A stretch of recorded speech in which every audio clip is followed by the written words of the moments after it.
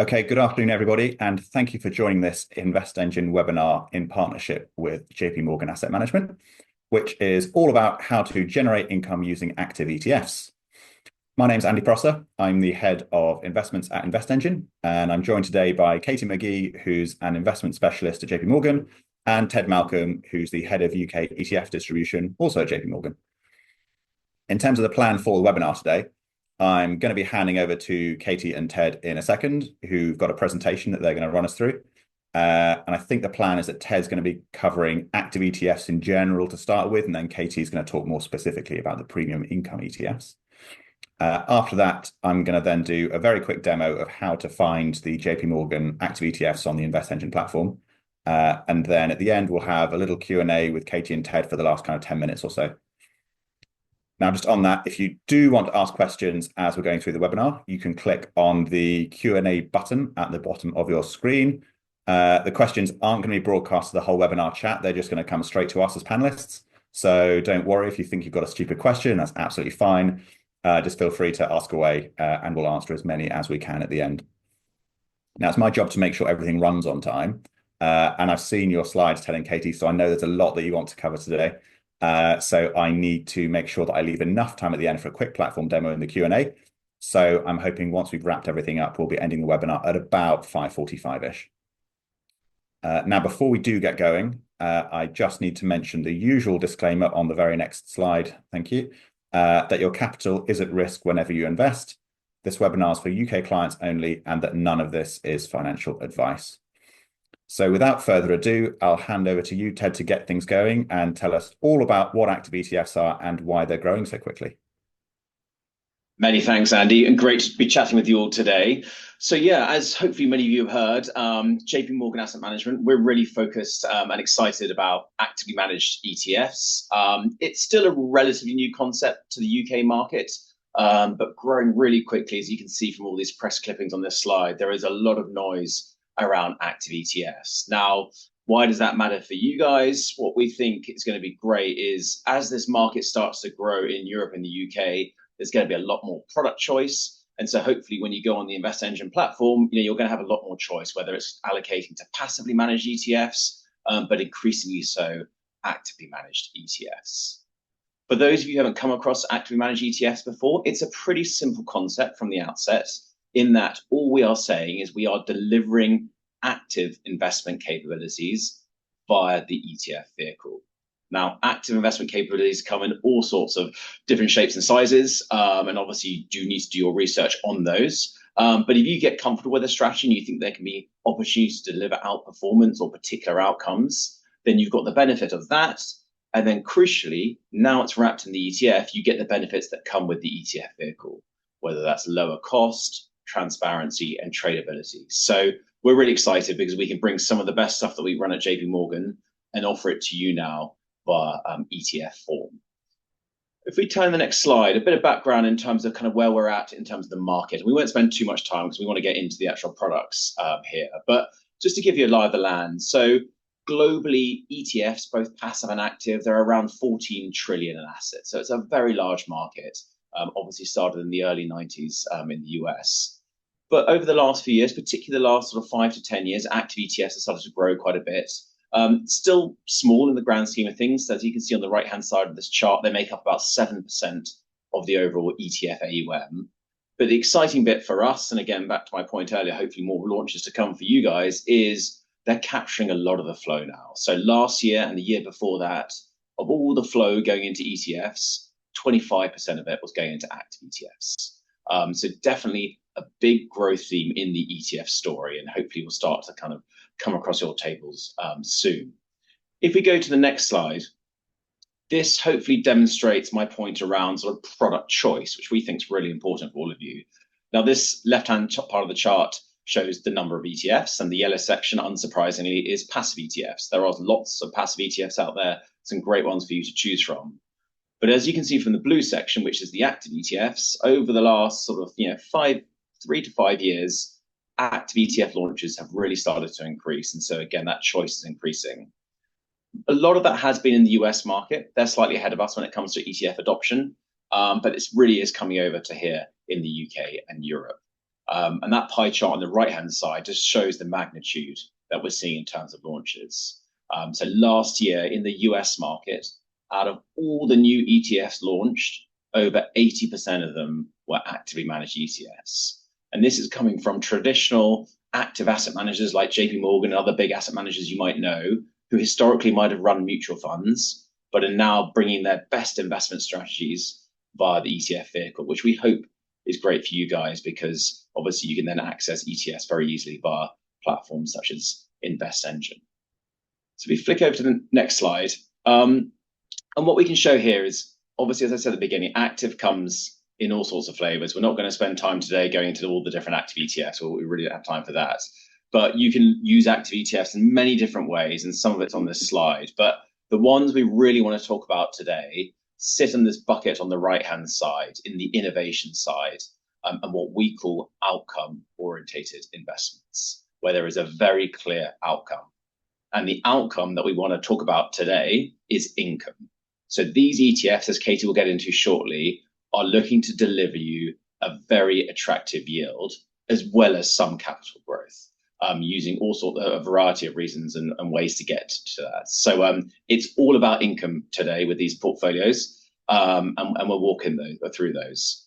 So to get things started, Katie, for context, sits with our US equities team, so very close to the portfolio managers of these strategies. So maybe for the audience, could we get a bit of a background on these strategies, kind of high level, and also, given there's lots going on in macro markets at the moment, how do they kind of fit in the backdrop that we're seeing today?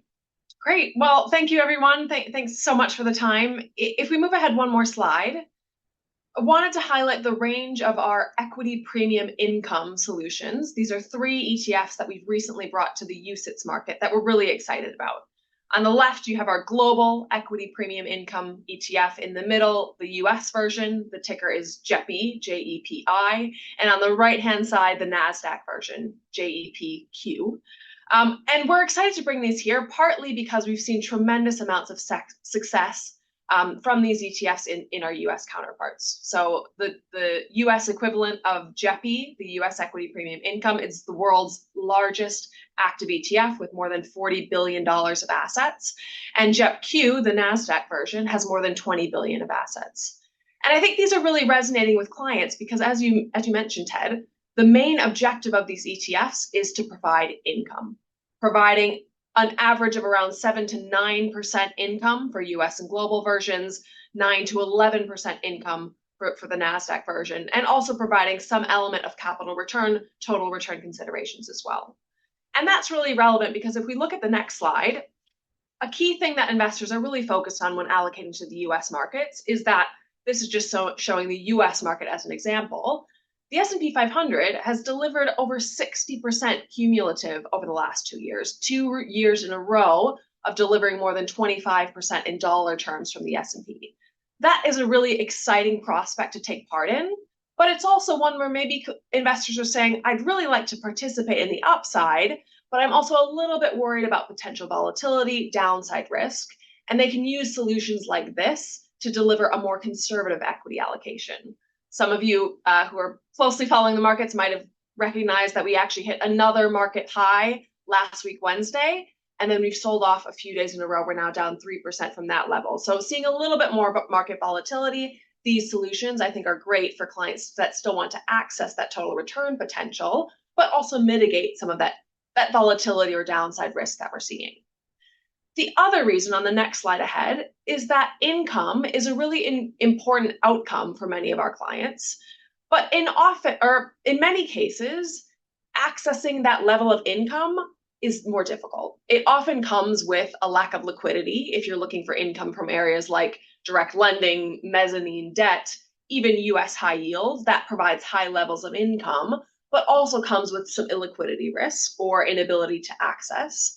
And then similarly, the more traditional ways that you might be able to access through an ETF wrapper, things like US equities, international equities, don't necessarily come with that same level of income. So we think that providing this solution through the liquid ETF wrapper is a great way to access that income. Thanks, Katie. So wouldn't be spoiling anything I said. Obviously, one of the main reasons these are being used by investors is for that income. Yep. But are there any other ways outside of income that they can be used by investors? Definitely. So if we look at the next slide, I think there are three primary ways that we're seeing clients allocate to these strategies. So as I mentioned, these ETFs are aiming to deliver a consistent and predictable level of income. So for global and US, about 7 to 9% income per year, NASDAQ a bit higher, 9 to 11%. And first and foremost, the main reason, as you said, that clients are using this is for income generation. Particularly, an ETF is actually quite useful in maybe income-oriented models, also just as a general portfolio solution to provide that consistent level of income. The second way that clients are using it, and this relates to my comments around the S&P 500, is as a more conservative equity solution. Because we're providing that stability of income, that gives you some stability of returns as well. And we're also thinking about the broader underlying characteristics of the equity portfolio that bring in a little bit more defensiveness. So you can think about this as an income solution or as a total return solution to access equity markets, but in a more conservative way. And then thirdly, on the margin, we do see some clients think about this as a credit replacement. You're getting similar levels of income that you can get from high yield, but investing in much higher quality companies, not having to necessarily go down into the quote unquote junk parts of the market to access that yield.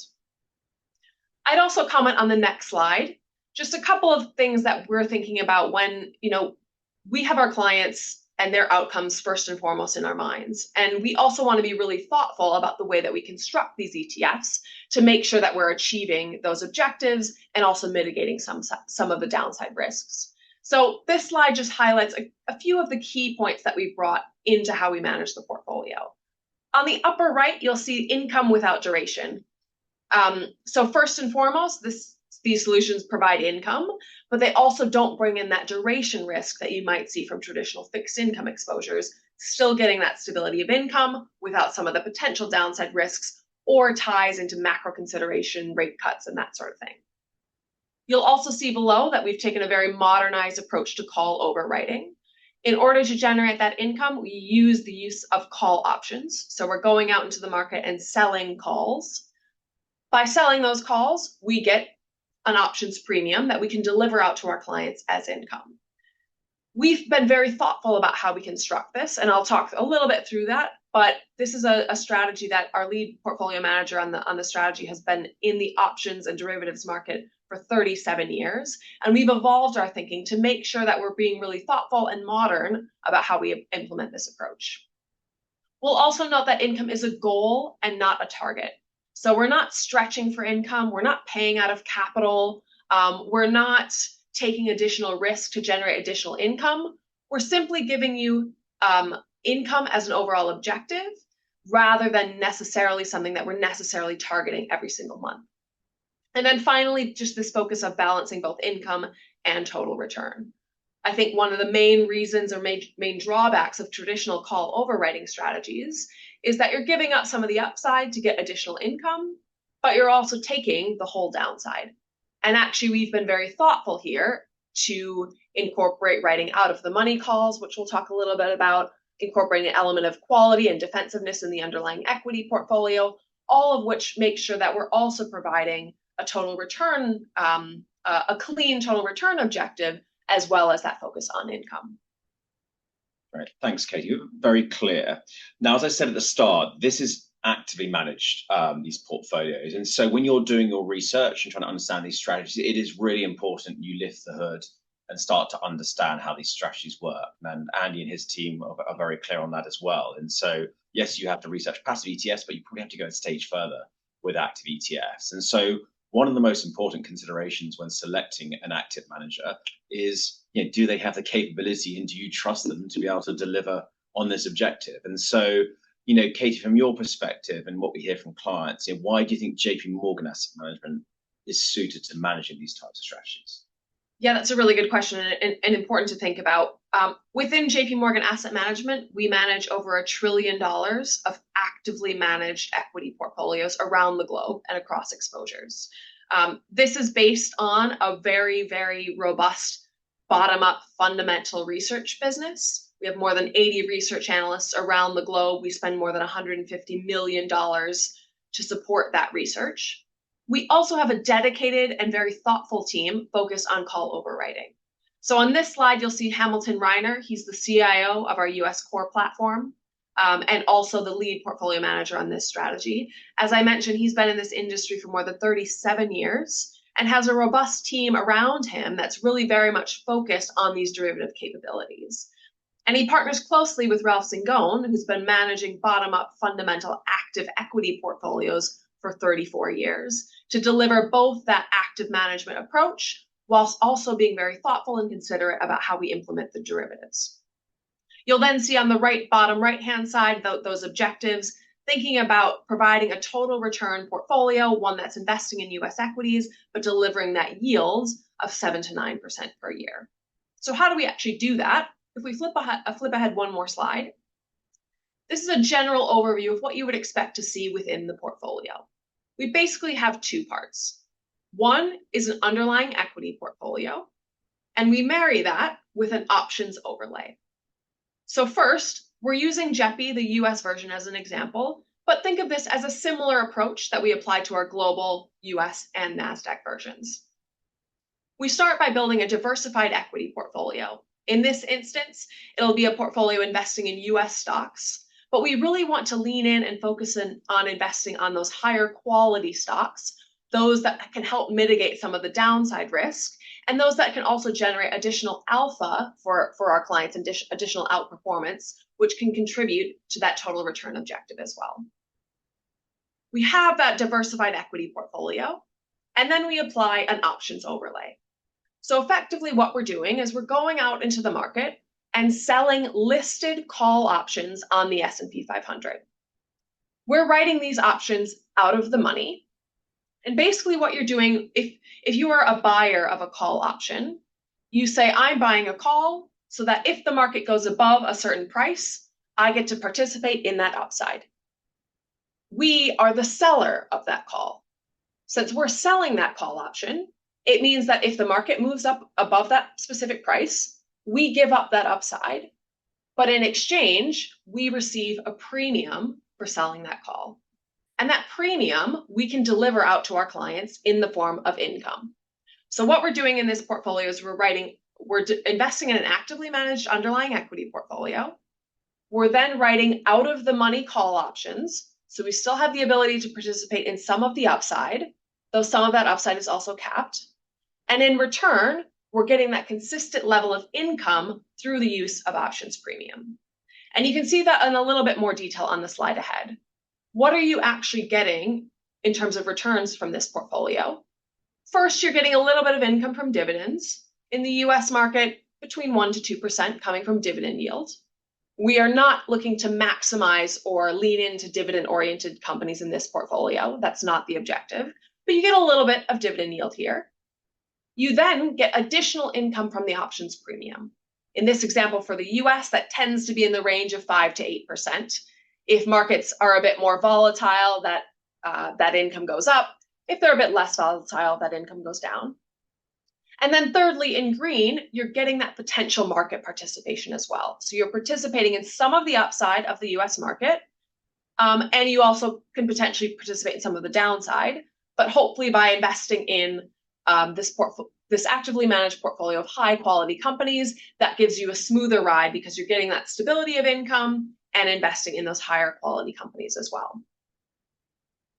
On the next slide, this just highlights, I suppose, our quote unquote scorecard for how do we measure success for a portfolio like this. Looking at the US Equity Premium Income ETF, or JEPI, as an example, the main things that we're looking at are shown on this page. We expect to deliver to our clients a 7 to 9% expected annual income, which is paid out on a monthly basis in our distributing share classes. We also expect to deliver an attractive total return. And in conjunction with that, a better Sharpe ratio than the S&P 500 index. That's because we're also expecting to deliver a lower volatility and beta than the S&P 500. So we're getting this consistent level of income, and we expect for this portfolio to have about 2/3 the beta and volatility of the US market. So you're getting to participate in that market, but in a lower beta, lower volatility way with that stability of income, whilst also capturing less of the downside risk from the returns of the S&P 500. Great, very clear. Before we go into JEPQ, just on JEPI, what market environments will this kind of strategy do well in and others not so well? Sure. So thinking primarily about the income component of the outcome of the objective, this strategy should pretty consistently deliver between 7 to 9% annualized income and deliver that on a monthly basis. We've seen that across different market environments. But one of the benefits of these options-oriented strategy is that volatility is our friend. So if there's higher volatility in the market, people are willing to pay more for options.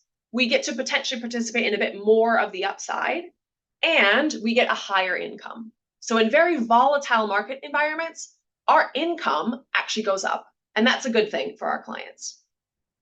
A market that this portfolio from a total return perspective will do better in is when there is more volatility and more downside risk. So in a downtrending market, this portfolio should outperform from a total return perspective because you're getting that stability of income and the high quality orientation.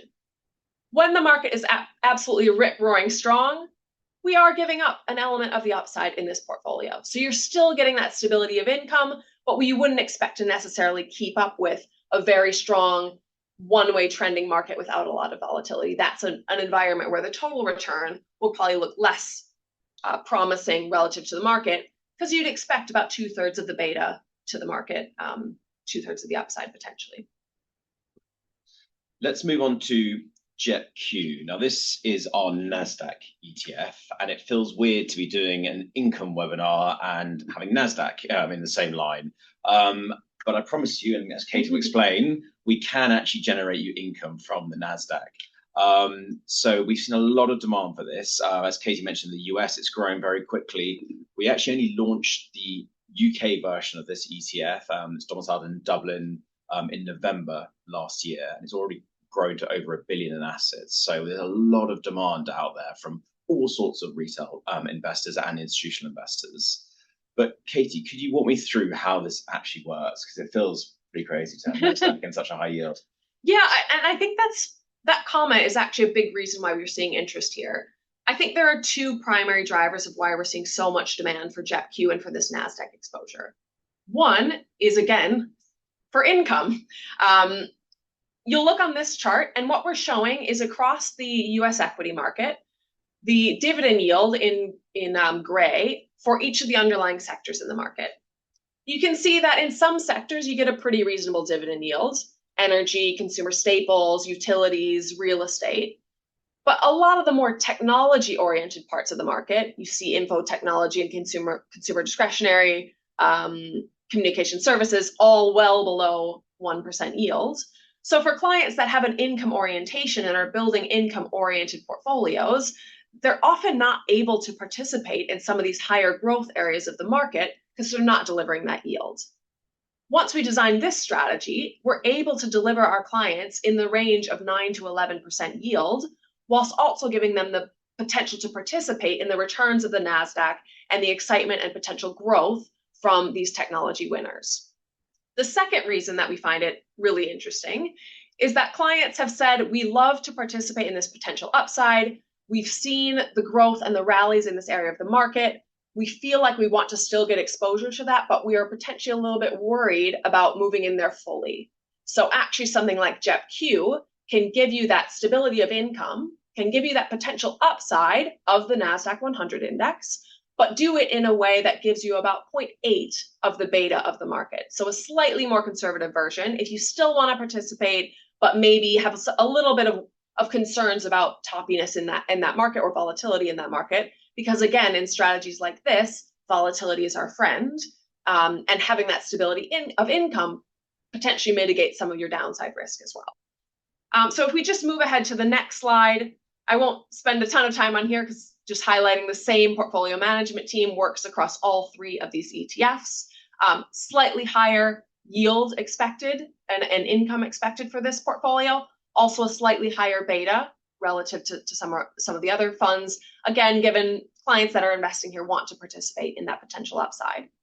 And then similarly on the next slide ahead, we're again investing in two underlying building blocks. First, an underlying equity portfolio that's looking to outperform the NASDAQ 100, We're then writing call options on the NASDAQ 100 index, listed options at the index level to deliver a portfolio with about 0.8 beta to the NASDAQ 100 and 9 to 11% income. The end results on the next slide, again, just kind of showing the underlying pieces that you're getting as a portion of your return. A little bit of dividend yield, a bit lower in the NASDAQ 100, given the high exposure to tech names, but a bit higher in terms of option premium because the NASDAQ is a more volatile index. You expect to get paid out a bit more in terms of options premium, and again, have that ability to participate in the market as well. The end result, if we move one more slide ahead, is to just highlight those key characteristics and those key quote unquote scorecards that we're looking at. We expect to deliver 9 to 11% expected annual income on JEPQ, paid out monthly in our distributing share classes, whilst also providing an attractive total return with lower volatility and beta, usually around 0.8 to the NASDAQ 100, delivering a better Sharpe ratio and a positive up-down capture relative to the traditional NASDAQ 100 exposure. Great. Well, I think we're probably coming up on time, Andy. So just a very quickly summarize from our perspective before we get into questions and the demo from Andy is, obviously these ETFs have a very clear outcome. You've heard us say income 1,000 times, but they do provide a really healthy level of income, done with a combination of an equity portfolio and an overriding strategy of us selling index call options. We understand it is a bit more complex, so we're always very happy to provide more information, obviously, but via the Invest Engine platform, so educational material. But these hopefully are a really attractive way to boost your income in a portfolio, or potentially be a bit more conservative from your equity market allocation if you're a bit nervous about equity market valuations in the current environment. But we'll leave it there and hand back to you, Andy. Yeah, lovely. Thank you very much, both of you. I think that gave everybody watching a really good idea of why they might want to be considering these premium income ETFs for their portfolios. But you're right, Ted, as we mentioned, we're coming to the final stretch of the webinar now, and just conscious of time. So I'm going to do a quick demo to show how to buy these JP Morgan premium income ETFs on Invest Engine. But in the meantime, please do feel free, keep the questions coming in. I can see we've got lots coming in already.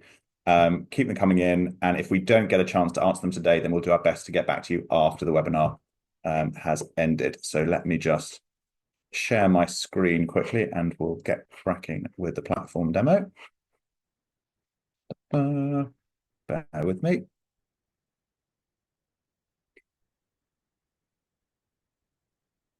Okay, here we go. There we go. That should be sharing my screen now. Just move my face away from it. Cool. Right, here we have a nice dummy account to walk through. So once you're logged into the Invest Engine app on your phone or on the web browser like I've done here, you can either open a new portfolio or you can select your existing one. So I'm going to scroll down. I've got a few accounts here, but here we have a DIY account here. Imagine to be named DIY1. And if we scroll down, we can see the performance of the portfolio and we can see the holdings down here. So at the moment, it's 50% equities and 50% bonds. Those are the target weights here. You can see that actually over time, the actual weights in the portfolio have drifted away from the target weights just because the market's done really well. But what we want to do here is we want to add securities to the portfolio. So I'm going to click Add Securities. And then we are going to click this very handy JP Morgan Asset Management banner at the top here, or tile at the top here. And that should bring up all of the JP Morgan ETFs on the platform. And here you can see some good educational material from JP Morgan at the top here, and their full list of all of their ETFs available on the platform. And very conveniently, the one right at the top is the one we've just been talking about, JEGP, which is the sterling listing of the Global Equity Premium Income Fund. So we're going to click on that one. And here we go. We can get a nice description of the ETF and a few of the pertinent facts. And once we're happy that we want to invest in it, we're going to click Add to Portfolio. And there we go. You can see in the top right-hand side here that has been added to the portfolio. We're then going to click Continue. And this is the screen where you adjust the weights in your portfolio. So I'm going to put 50% in JEGP, and I'm going to take 50% out of this equity fund here. I'm then going to review and continue. And here we have the portfolio look through. So this is a cool bit of analysis that lets you see what the changes, how the changes affect your portfolio. So you can see that with the changes here, we are increasing our allocation to North America, increasing it to Europe ex UK, a bit of an increase for Japan. For sectors as well, you can click through and see how the change affects the sector composition of the portfolio. So a slight decrease to industrial, an increase to technology, and right down to the stock level as well. You can see how this affects the actual stock composition of your portfolio. So we're going to click Save and Continue, and we should get a nice screen saying the target weights are being updated. Yeah, there we go. So now if we scroll down to our portfolio, we can see, here we go. Here's the fund has now been included in the portfolio. We've got a 50% here as the target weight. Nothing in there at the moment because we haven't rebalanced our portfolio. So what we want to do is click Options. If you're already invested in a portfolio, you just click Options and then rebalance the portfolio. Now, it's actually not going to work for me because it's a dummy account, but if I wanted to rebalance, I'd click that one. If you haven't invested any cash yet, what you do is you click one of these two buttons here. If you just wanted to invest a lump sum, you'd click Invest. If you wanted to invest regularly, then you'd click this Set up a savings plan button here, and that would show you that you can invest on a more regular basis. And it really is as easy as that. So that covers off how to find the ETFs on the platform. I'm going to stop sharing my screen, and we've got about 10 minutes now to get through some questions from the audience. And I saw that a couple were popping up as I was doing the platform demo there. So let's have a look and see what we've got. Right, I'm going to pick this one as our first one. Given the volatility in markets that we've seen so far this year, do you have any information about how these strategies have kind of stacked up against the S&P 500 and the NASDAQ? Yeah, I'm happy to take that one. Actually, I think this is a nice. This market environment is a good case study of kind of highlighting the benefits of these ETFs. So just thinking about the US market, particularly on a month-to-date period, we've seen the US market down in February about 1.4%. JEPI is up about 1% over the month. So having that stability of income has helped mitigate some of that downside, and also the more higher quality underlying equity portfolio. I'd also actually highlight JEPG, the global version I pulled before the call. MSCI World, the global developed market benchmark, is up about 3% on a year-to-date basis. So looking a little bit better than the US, which is unusual, but nice to see, I guess. JEPG is up 7.7%. So really strong outperformance.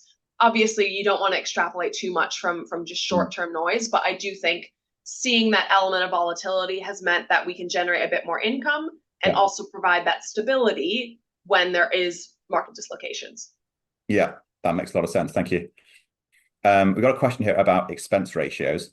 Now, I'm not sure whether anybody picked up on it when I was going through the platform demo, but from memory, the expense ratio for JEPQ, which is the one we just went through there, is 35 basis points. Is that consistent across all of them? Yes. Yeah. So sorry, it's 0.35%. And there was another question, which I'll cover off quickly as well. Somebody was asking which of these we have on the platform. Now, you've been mentioning the tickers JEPG and JEPQ and things like that. We've obviously got the sterling listings on the platform here. So the tickers are very similar, but with the last two letters reversed. So we've got JEGP, which is the global equity premium income. And then the other two, we have JEQP, that's the NASDAQ premium income ETF, and JEIP, which is the US premium income ETF. Those are due to be added in the next couple of days. We've got our investment committee meeting tomorrow, and they're being approved then. So within the next couple of days, all three should be available to invest in. Right, on to the next question. There was a good question, actually. It was asked quite early on in the webinar. I'd like to get your take on it, Ted, because it tied in quite nicely with what you were talking about at the start. And the question was, why do you think the world decided to favor the ETF over the mutual fund? Good question. I'm glad the world is favoring the ETF over the mutual fund. I'm not sure we're quite there yet, but certainly it seems that's the direction of travel. It goes back to the benefits of the vehicle. Like, let's forget the investment strategy that's within inside the vehicle. You know, the reason we see investors starting to use ETFs so much more is one, cost. Like, we all like low cost. Obviously, passive ETFs are super low cost. but even actively managed ETFs, because they're very efficient vehicles to manage, we can pass back to you guys in lower fees. So cost is one. The other thing is ETFs by regulation have to disclose their holdings on a daily basis. Yeah. Now, with other structures in the market, you don't get that data. Often it's like month end plus 2 weeks embargo period. So for you as an investor, if you're doing self-selection DIY, you can go into the ETF on the Invest Engine platform and see exactly what is inside that ETF on a daily basis. Now, I'm sure you've got better things to be doing than doing it on a daily basis, but that option is available to you. So we are totally transparent, whether we're active or passive. And then the final thing is just accessing and trading it. Again, we're not day traders, I don't think, on the platform, but being able to get in and out whilst the market is open. And so you think, oh, the market's sold off, it's a good entry point into the market. You can go and put that trade on with Invest Engine. With other structures, obviously you can invest, but sometimes they have early cutoff times. Often you only get your NAV 2 days later. It's just a bit clunkier, to be honest. And so we feel, and we're obviously very biased on our side of the business, that ETFs are the kind of modern day mutual fund, whether that's active or passive. So yeah, hopefully start to see even more traction, but great that question is so focused on ETFs. Yeah, very comprehensive. Thank you.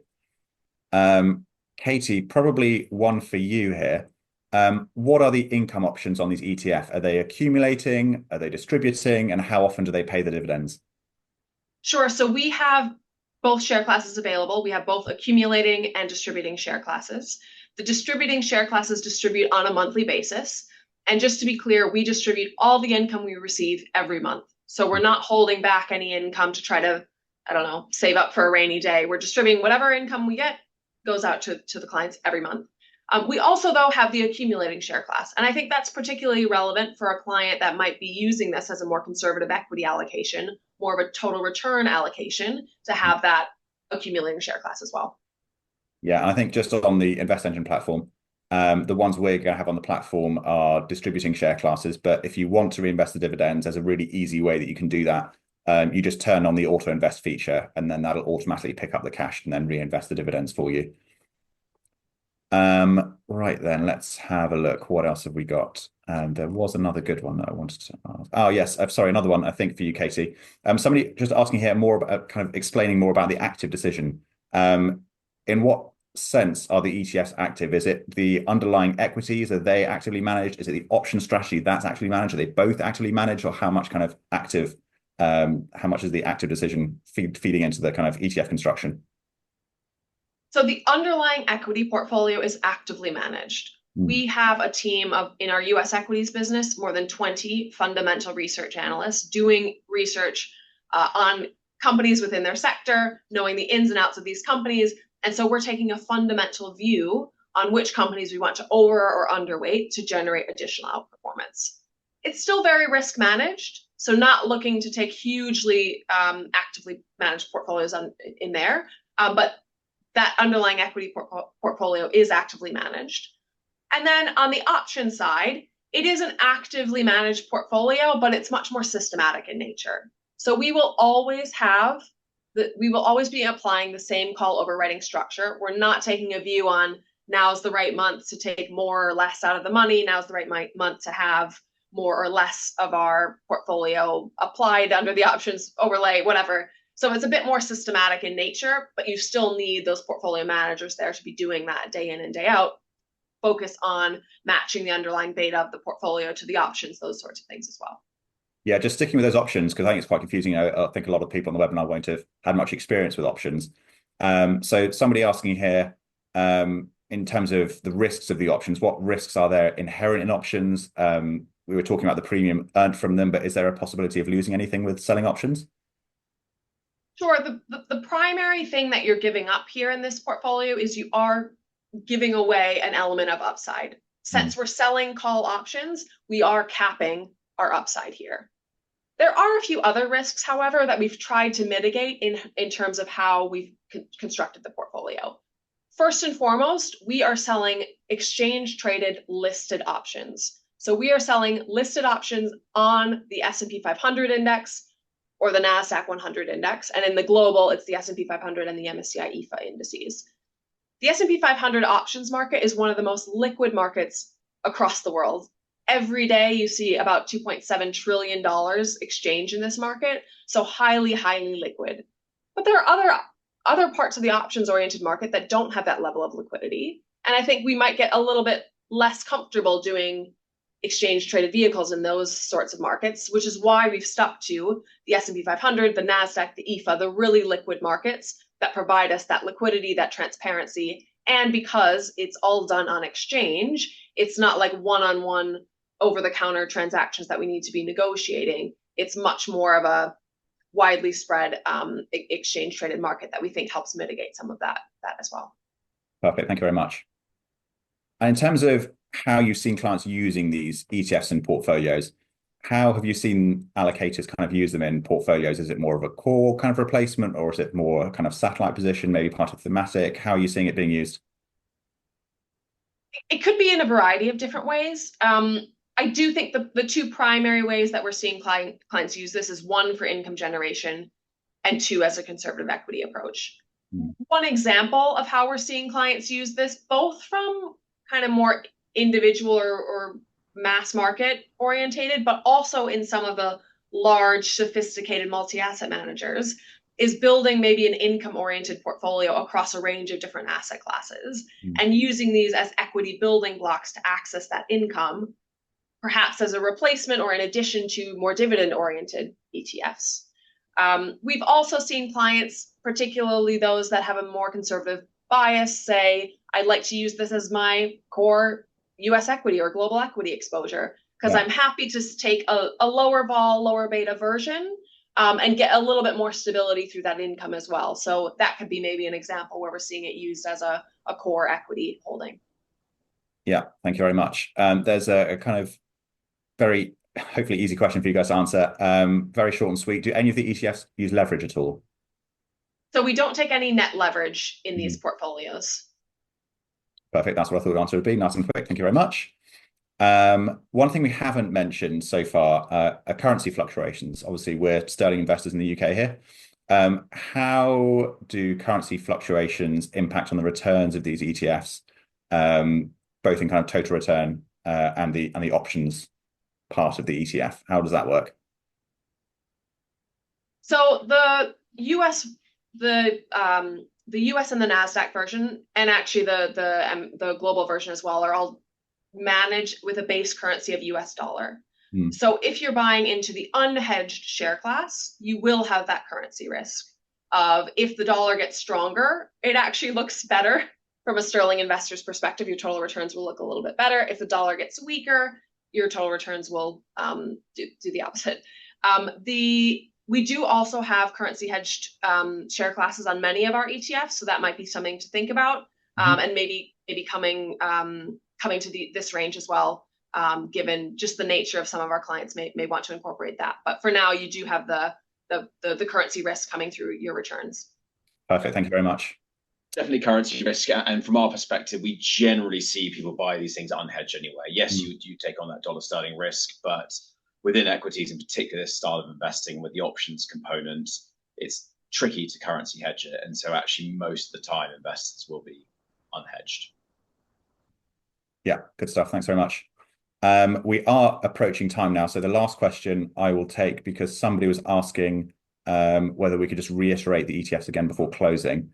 So I'll mention them again. The tickers on the Invest Engine platform are JEGP, that's the Global Equity Premium Income, JEQP, that's the NASDAQ Premium Income, and then JEIP, that's the US Premium Income. So keep your eyes peeled for those three on the platform. Right, okay, that's just about all we've got time for. Look at that, 5:45 on the dot. We have got quite a few questions that have come through that we haven't managed to answer today, so apologies if we didn't manage to get to you. We will try and get back to you over the next few days. We do a copy and paste of all the questions in the Q&A box, and we'll hopefully answer them in blog form or get back to you individually. You can also email support@investengine.com with your questions, and we'll always get back to you that way. So if you do want to find out more about these income ETFs or any of the JP Morgan asset management ETFs on the platform, just click that JP Morgan tile at the top of the investments page, and you'll find all the details there. Okay, so all that's left for me to do is to say thank you very much, Ted and Katie, for your time today. I think that was a really good discussion. I think hopefully everyone found it useful. Thank you to everyone who's dialed in for joining, and I look forward to seeing you on our next webinar. Thank you all. Thanks. Thank you. Thanks.